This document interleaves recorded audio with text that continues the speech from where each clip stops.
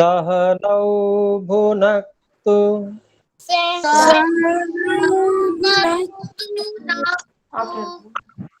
सह वीर्यं करवावहै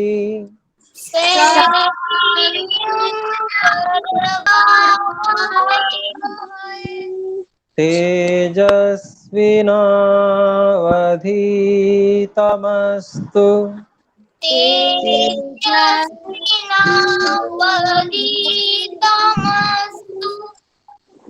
मा विद्विषावहै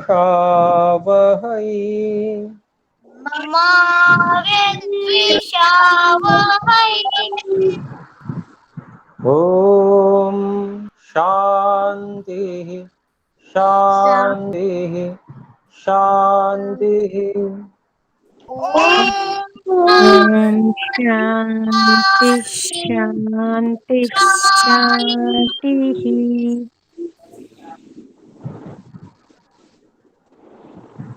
तो सभी बच्चों, आप मुझे आप में से कोई बता सकते हैं कि हमने पिछली कक्षा में क्या क्या बातें सीखी थी?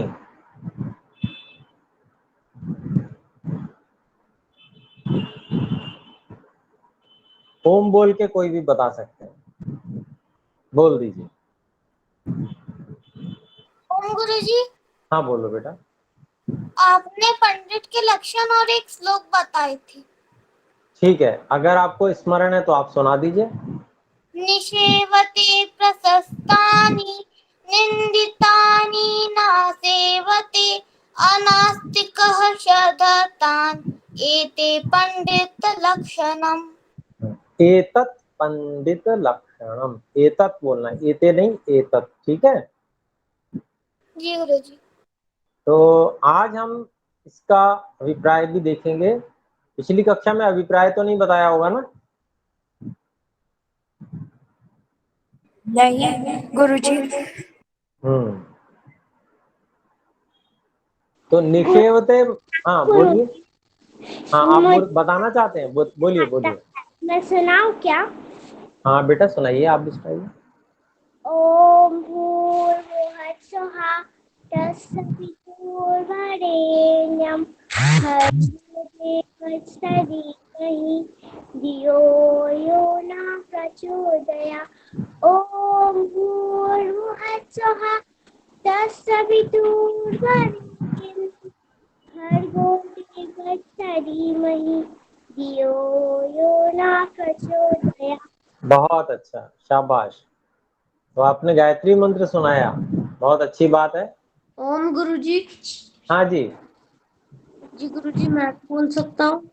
हाँ बिल्कुल बोलिए, बताइए आप भी क्या क्या आपने बताया था। श्लोक जी बताएंगे? गुरुजी, पंडित वाला श्लोक ही किया था। जी। निषेवते प्रशस्थानि निंदितानि न सेवते अनास्तिक श्रद्धान एतत पंडित लक्षणम।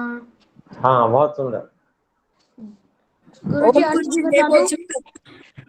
हाँ एक मिनट, आरुष जी एक मिनट रुकिए, कुछ कह रहे थे। रियांशु जी बोलिए, क्या कह रहे थे? जी गुरुजी, मैं अर्थ भी बता दूं? हाँ अर्थ बाद में बताना, अभी हुआ नहीं है ना। ठीक है, हाँ आरुष बोलिए।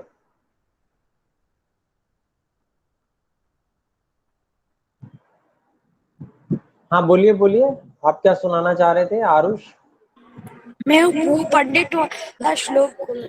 हाँ कोई बात नहीं, सुनाइए।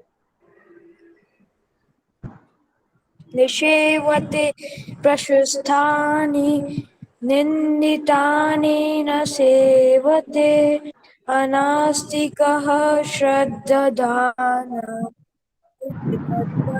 पंडितलक्षणम्। जी बहुत अच्छा। प्रशस्थानी ऐसा कुछ सुनाई पड़ रहा है, तो प्रशस्तानी ऐसे बोलेंगे, ठीक है। बहुत अच्छा। और कोई भी है? और कोई बच्चा भी सुनाएगा? मंत्र। हाँ बेटा, आपको अभी मंत्र नहीं सुनाना है। मंत्र तो आपने सुना दिया था अचानक, तो मैंने कहा कोई बात नहीं, आपने अच्छा सुनाया, अच्छी बात है। लेकिन अभी श्लोक सुनाना है जो हमने पिछली कक्षा में पढ़ा था, ठीक है बेटा। और कोई बच्चा? मुझे क्रागे बजते सुनाओ।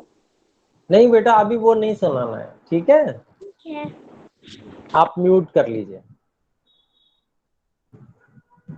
और कोई बच्चे जिन्होंने श्लोक याद किया हो जो हमने सिखाया था पिछली कक्षा में? चलिए ठीक है, तो ध्यान दीजिए।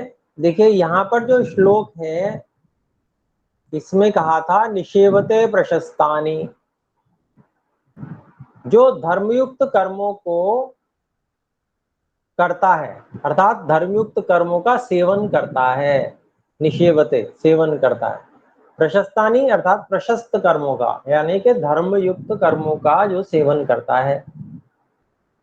और फिर दूसरी बात कहते हैं निंदितानि न सेवते, और जो निंदित और अधर्मयुक्त कर्मों को कभी भी नहीं करता है। दो बातें आ गई। दोनों बातें एक जैसी ही हैं, एक में विधान है और एक में निषेध है, तो दोनों तरह से ही बात कही जाती है। विधान भी किया जाता है कि उत्तम धर्मयुक्त कर्मों को करने वाले ऐसे जो लोग होते हैं, और जो बुरे काम है, गंदे काम है, अच्छे नहीं है जो बुरे, ऐसे कामों को वो नहीं करते। अधर्मयुक्त कर्मों को कभी नहीं करते, निंदित कामों को कभी नहीं करते। ये दोनों बातें हैं तो एक जैसी, लेकिन फिर भी एक में तो विधान किया जा रहा है अच्छे कर्मों का, और एक में निषेध किया जा रहा है, मना किया जा रहा है कि वो ऐसा नहीं करते हैं। फिर अगली बात बताते हैं अनास्तिकः। नास्तिक कौन होते हैं, कोई बता सकते हैं?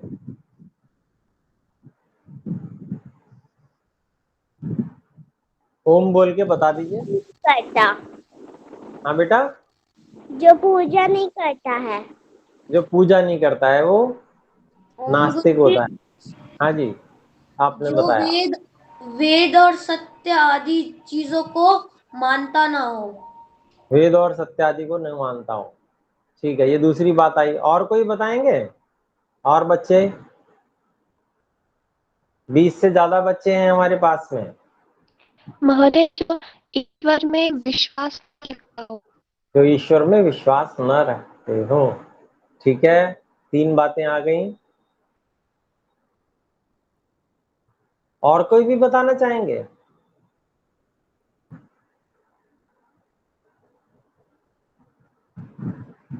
ओम गुरुजी, हाँ बोलो बेटा। जो परमात्मा में विश्वास नहीं करता है। ठीक है, तो ये एक ही बात आ गई। अब ये जो बातें हैं ये सब मिली जुली हैं और सभी लगभग लगभग ठीक है ना? सबको अगर मिला दें तो पूरी अच्छी बात, सही बात आ जाएगी। नास्तिक वो व्यक्ति होता है जो ईश्वर, वेद इनको नहीं मानता है, इनके अनुसार जीवन नहीं जीता है, वो नास्तिक है। और जो इनको मानता है वो नास्तिक नहीं है, वो आस्तिक है। ठीक है, तो यही बात यहाँ पर महर्षि दयानंद जी ने भी लिखी है कि अनास्तिक, वो कहते हैं कदापि ईश्वर, वेद और धर्म का विरोधी जो नहीं है। अनास्तिक, अ शुरू में लग गया ना, तो अ मतलब निषेध, मतलब जो नास्तिक नहीं है। नास्तिक नहीं है मतलब उल्टी बात हो गई ना, जो नहीं मानता ऐसा नहीं है, तो मतलब ईश्वर और वेद को जो मानता है, यही तो मतलब हुआ अनास्तिक का। अ भी लग गया, वो भी मना के अर्थ में है, और नास्तिक भी न मानने वाला ही था। तो जो न मानता हो ऐसा नहीं है, इसका मतलब मानने वाला है, ये अभिप्राय हो गया, ये उसका मतलब हो गया। तो जो ईश्वर और वेद में और धर्मयुक्त कर्मों में विश्वास रखता है, एक बात हो गई अनास्तिक। और श्रद्धाधान, श्रद्धाधान मतलब जो श्रद्धा रखता है। श्रद्धा रखना क्या होता है, कोई बताएगा?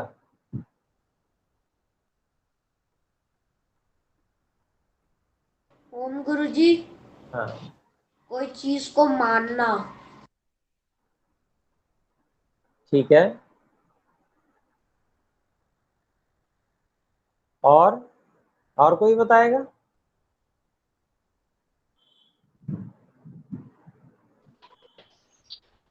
ओम महोदय, जी बोले। विश्वास करना। विश्वास करना, जी। तो देखिए, इसमें से थोड़ा सा सुधार कर लेंगे। वैसे बात ठीक है, लेकिन थोड़ा सुधार कर लेंगे। जो सत्य में ही विश्वास करता हो, जो सत्य को ही मानता हो, वह श्रद्धा युक्त हो गया। जो सत्य को नहीं मानता, जो जैसा मानता है, तो वो श्रद्धा नहीं कहलाती। जैसा मर्जी जो मानने लगता है कि नहीं मैं तो ऐसे ही मानूंगा, तो ये कोई श्रद्धा नहीं है। श्रद्धा का मतलब केवल सत्य में ही जो विश्वास करना होता है, उसको श्रद्धा कहते हैं।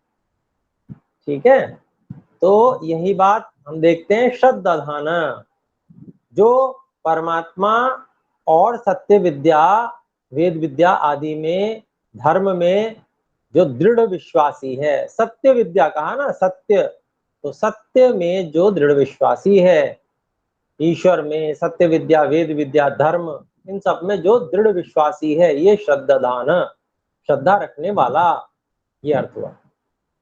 एतत् पंडित लक्षणम, ये जो सारी बातें बताई, ये किसके लक्षण है? ये पंडित के लक्षण है, अर्थात पढ़ाने वालों के गुण हैं। तो अब हिंदी भाग देखते हैं, महर्षि दयानंद जी ने क्या लिखा है इसका हिंदी भाग। जो सदा प्रशस्त धर्मयुक्त कर्मों को करने। अब प्रशस्त का मतलब क्या है? कोई बता सकता है प्रशस्त?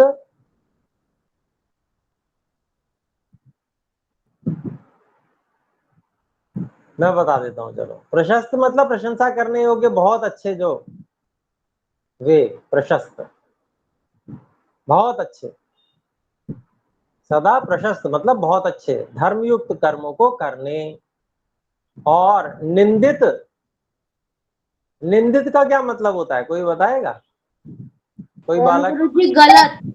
हाँ, कर्म गलत। करने वाला। हाँ बोलो, शाबाश सिद्धिमा, फिर से बोलो। कर्म करने वाला। करने वाला, ठीक है, सही कहा। निंदित मतलब जो, जिसकी निंदा की जाती है, जिसको अच्छा नहीं कहा जाता, कोई भी उसको अच्छा नहीं कहता, बुरा कहते हैं सब, उसको निंदित कहते हैं। ठीक है, तो और निंदित अधर्मयुक्त कर्मों को कभी न सेवने हारा। जो निंदित हैं, अधर्मयुक्त हैं, धर्म नहीं है, जो गंदे काम है, उनको कभी भी नहीं करता। फिर आगे कहा, न कदापि ईश्वर वेद और धर्म का विरोधी।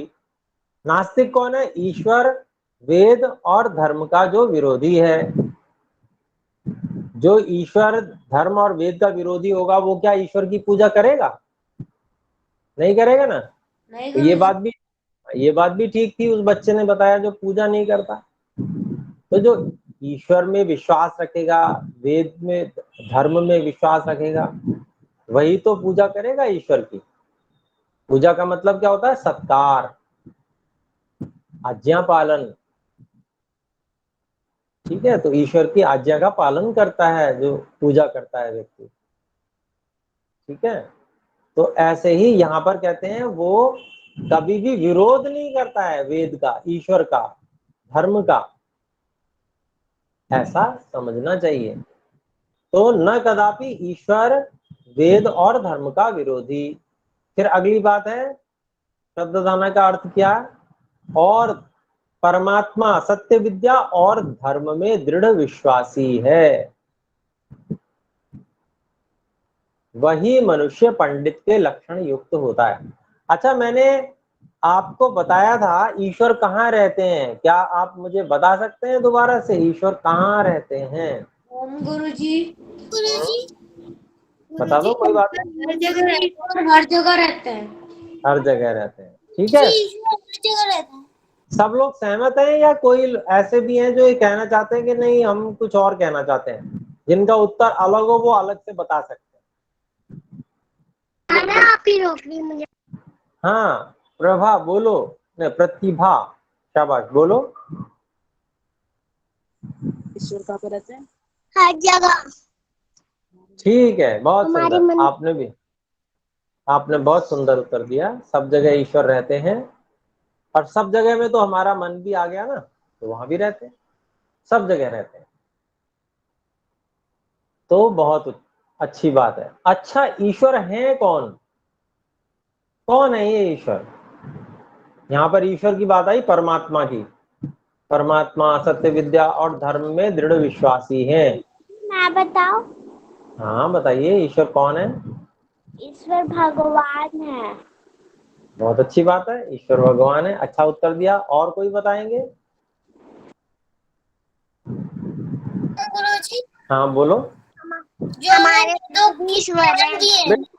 सुनिए, एक एक करके रिद्धिमा बोल रही है ना, तो रिद्धिमा बोलेंगी, फिर उसके बाद में। वेदों की ज्ञान देते हैं। बहुत सुंदर। वेदों का जो ज्ञान हमें देते हैं वो ईश्वर है, शाबाश। हाँ आप बोलिए प्रतिभा, कौन है ईश्वर? नहीं बड़ा। बोलो। हाँ नहीं पता, कोई जैसे बात तो नहीं, बोल बता देते हैं। देंगे। नहीं पता तो है, ठीक है। तो देखो, ईश्वर के 5 काम याद अगर आप कर लोगे तो आपको पहचान हो जाएगी ईश्वर कौन है। तो याद करोगे आप? जी गुरुजी। जी गुरुजी। जी गुरुजी। तो आप भी मैं बोलूंगा, उसके बाद आप सब मिलके बोलेंगे, ठीक है? बोलिए, ईश्वर का पहला काम, बोलिए। ईश्वर का पहला काम। ईश्वर संसार की रचना करते हैं, बोलिए। ईश्वर ईश्वर संसार की रचना करते हैं। बहुत सुंदर। अब बोलिए, ईश्वर का दूसरा काम। ईश्वर का दूसरा काम। ईश्वर संसार का पालन करते हैं। ईश्वर संसार का पालन करते हैं। ईश्वर का तीसरा काम, बोलो। ईश्वर का तीसरा काम। ईश्वर संसार का प्रलय करते हैं। संसार का प्रलय करते हैं। ईश्वर का चौथा काम, बोलो। चौथा काम।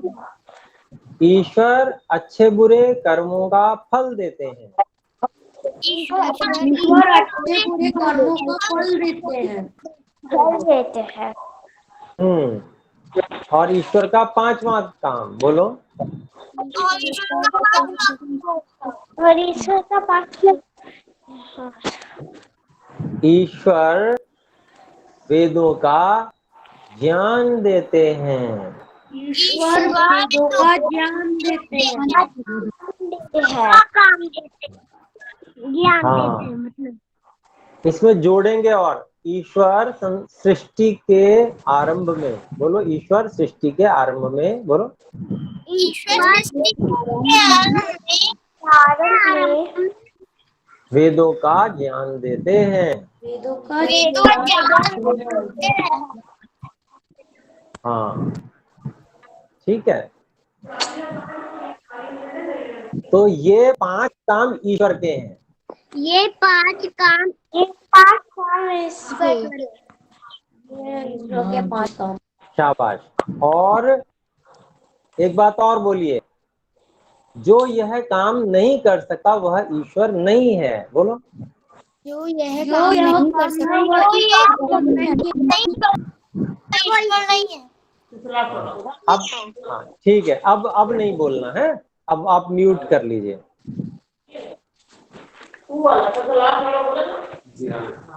राखी आप भी बेटा म्यूट कर लीजिए। हाँ शाबाश, बहुत अच्छे। तो आपको ये बताया गया कि ये जो 5 काम है, जो 5 काम कर सकता है वही ईश्वर है, जो ये 5 काम नहीं कर सकता वो ईश्वर नहीं है। तो अब आप पहचान जाएंगे, अगर कोई व्यक्ति कहे कि मैं ईश्वर हूं, तो आप ये परीक्षण कर सकते हैं कि वो ईश्वर है या नहीं है। जी गुरुजी। हाँ, तो आप परीक्षण करके देखेंगे क्या इस व्यक्ति ने सृष्टि का को बनाया है, संसार को इसने बनाया है या नहीं बनाया है, परीक्षण करके देखेंगे। कैसे कर सकते हैं ये परीक्षण, जरा बताइए।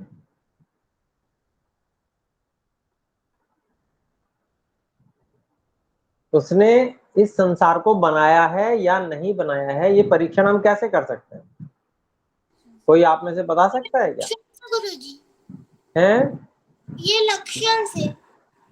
लक्षण से।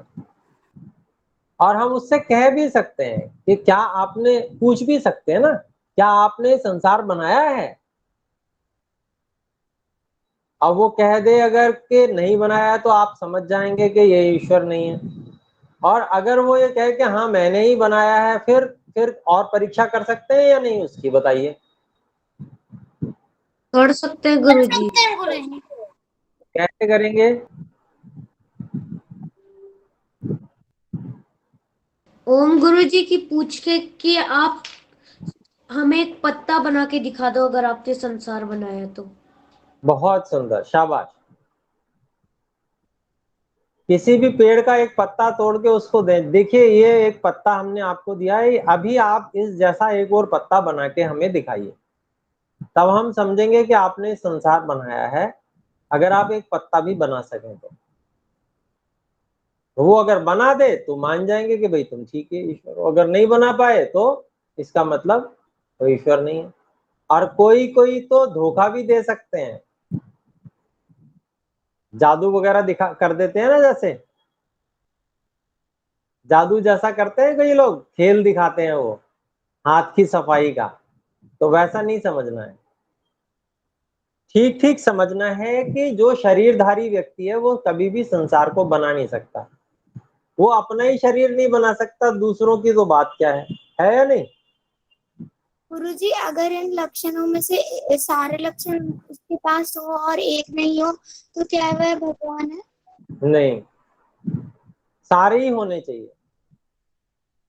ठीक है, सारे लक्षण पूरे होने चाहिए, एक भी कम नहीं होना चाहिए, पांचों के पांच होने चाहिए, तभी ईश्वर है, नहीं तो ईश्वर नहीं है। ठीक है, ठीक है गुरुजी। तो ये हमने जाना कि ईश्वर क्या करते हैं, ईश्वर कहाँ रहते हैं।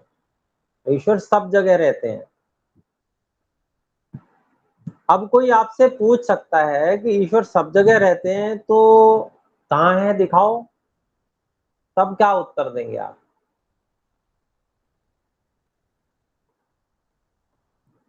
गुरुजी, हम है ना ईश्वर को देख नहीं सकते पर हम उनको महसूस कर सकते हैं। बहुत सुंदर, बहुत अच्छा उत्तर दिया। तो कैसे महसूस कर रहे हैं, कोई बता सकते हैं? गुरुजी, सारी मतलब जो अपने मन के बातें है ना वो निकाल दो और ईश्वर की तरफ ध्यान दो तो हम महसूस कर सकते हैं। हाँ, और कोई बताएं? अच्छा सुना, अच्छा उत्तर दिया आपने, शाबाश। हाँ, ईश्वर ने प्रकृति को बनाया। हाँ, शाबाश, शाबाश, बहुत अच्छा। और कोई बताएं?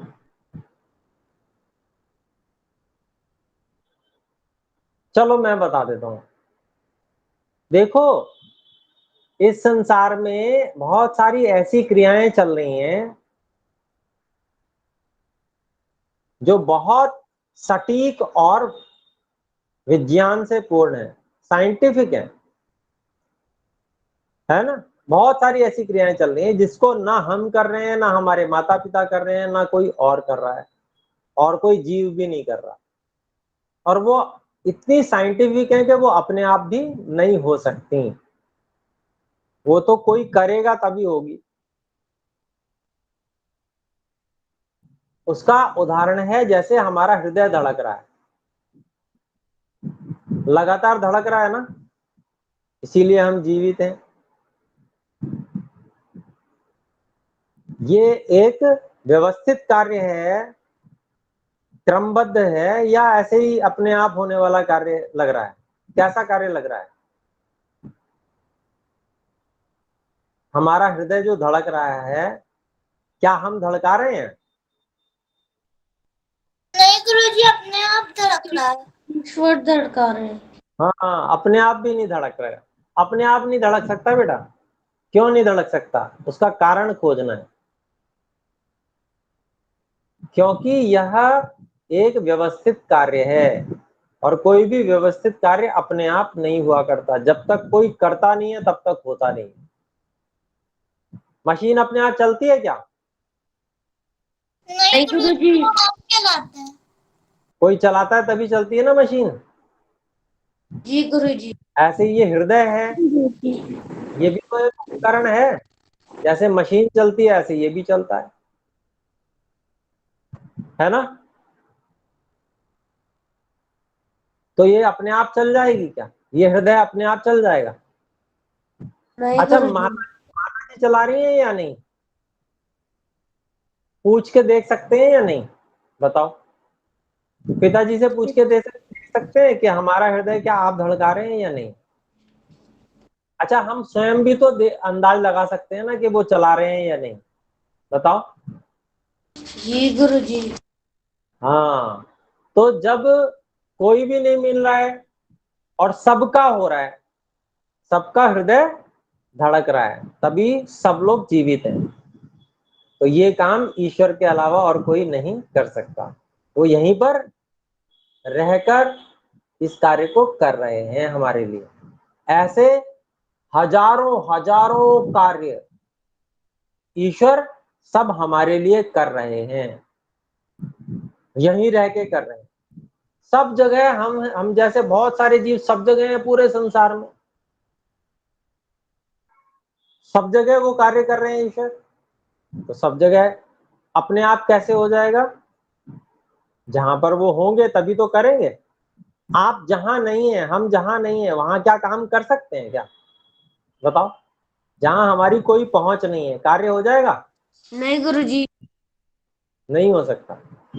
तो जहां हम पहुंच जाते हैं, जहां पर हमारी पहुंच है वहां तक कार्य कर पाते हैं, जहां नहीं पहुंचते वहां नहीं होता। तो इसलिए ईश्वर सब जगह है, सब जगह ईश्वर के कार्य चल रहे हैं, इसलिए ईश्वर सब जगह है, सब जगह कार्य कर रहे हैं। ये हम अनुभव कर सकते हैं, इसको हम अनुभव कर सकते हैं, समझकर अनुभव कर सकते हैं, है ना? तो इसलिए हमको ये समझ में आना चाहिए कि ईश्वर सब जगह है। तो ये देखो, ये बातें कुछ लोग कहते हैं कि बच्चे नहीं समझ सकते, और मुझे लगता है कि बच्चे जल्दी समझ सकते हैं औरों की अपेक्षा। आपको क्या लगता है? आपको कुछ समझ में आया या कुछ भी समझ में नहीं आया? अच्छा बताओ। गुरुजी मुझे सारी समझ में चीज आया। समझ में आया। क्या आया? जिनको समझ में नहीं आया वो बताएं कि मुझे नहीं आया। सबको आया? तो इसका मतलब इसका मतलब मैं सही सोचता हूँ कि बच्चे सब कुछ समझ सकते हैं। बच्चों में सब कुछ समझने की सामर्थ्य होती है, और आप देखिए सब के सब समझ गए, कोई भी एक ऐसा भी नहीं है जो नहीं समझा हो, सब समझ गए।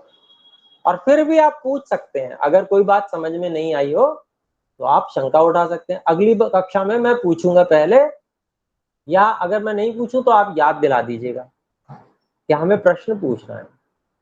ठीक है? तो आप प्रश्न भी पूछ सकते हैं अगली कक्षा में। ठीक है?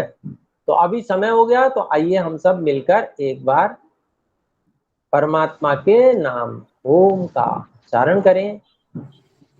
बंद कर लीजिए और मेरे साथ बोलिए।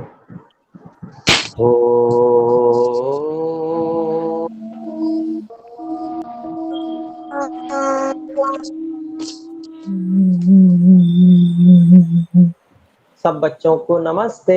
नमस्ते गुरुजी। नमस्ते गुरुजी। नमस्ते गुरुजी। नमस्ते बेटा। आचार्य जी।